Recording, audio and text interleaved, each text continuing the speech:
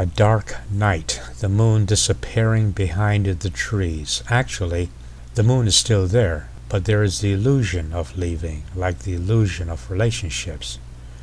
We all know what they are. We all know of the toils and the tribulations and the misconceptions of relationships, but we dare not verbalize these observations. It's just not something that you would do. There are, in my opinion, 7 major relationships. There is the relationship with God. As you know, there are 21 major religions in this world today, with over 38,000 subsects in Christianity alone. You can do the math. Each claiming to be the one and only true religion. Yes, a relationship with God is seemingly a strong one, even though no one really knows who or what God is. Intelligent people devoting their lives to a relationship based not on facts but on beliefs.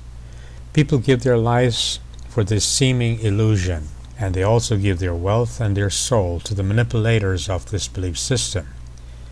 This relationship with mythical proportion sets the stage for all others. Is there a God? Then there is a relationship with parents, tenuous, caustic, and destructive for many. Parents following illusions dictated by their peers who have been deceived by unfounded traditions. Parents who live a lifetime of mistaken beliefs only to pass down their destructive ways to their children. Girls brought up not to love who they want, but to succumb to the charms and gestures of a man that daddy would approve of. After all, their parents did not bring them up to love, but to obey, to get the man that their neighbors would be proud of. And why not? Daddy invested an awful lot of money in his little girl. Thank God this does not apply to all parents and their relationship with their children. Then there's a relationship with acquaintances, mostly superficial, but it works. There is the honesty of the insincerity of it all. But when there is a true friend with whom you can share anything, anything? Yes, anything, then such a relationship is magic. Then there is the relationship that is the most vague of them all.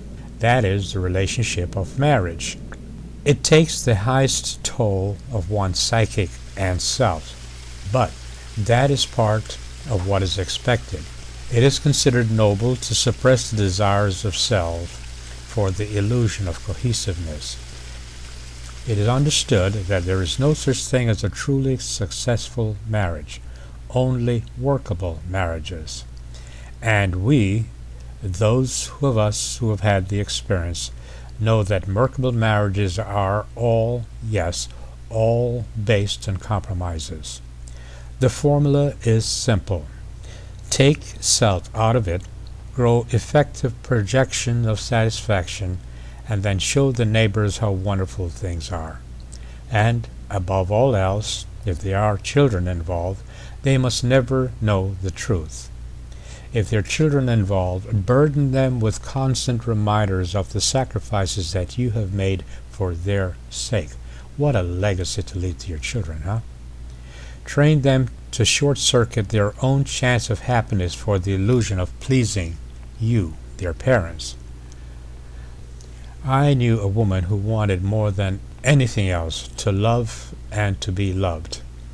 Unfortunately, her dad, mom, sister, aunt, and her niece would never approve of her lover.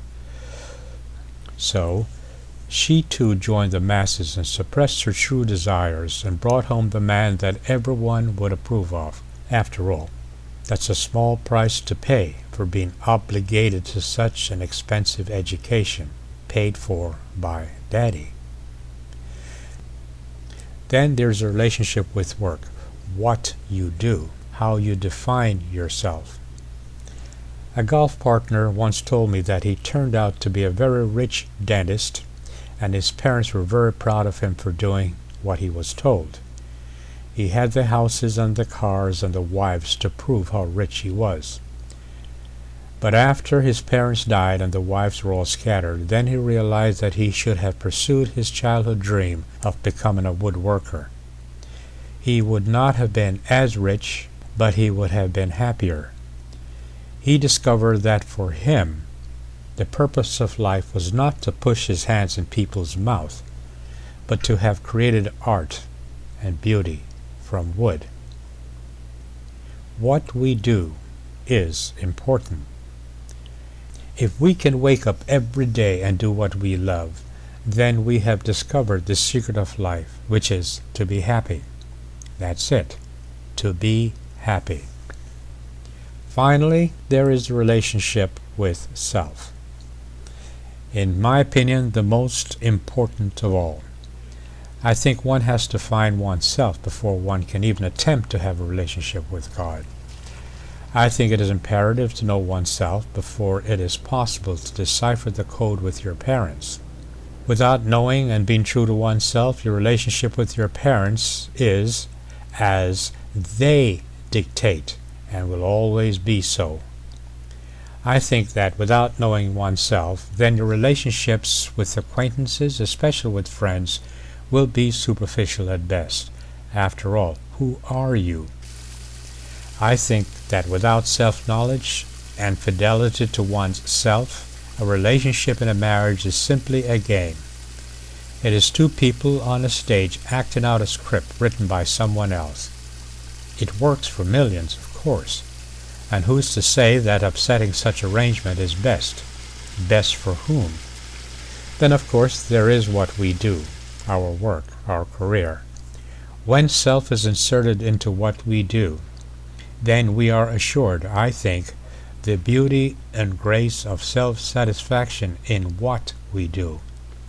It is no longer work, but an expression, an extension of who we are on a daily basis.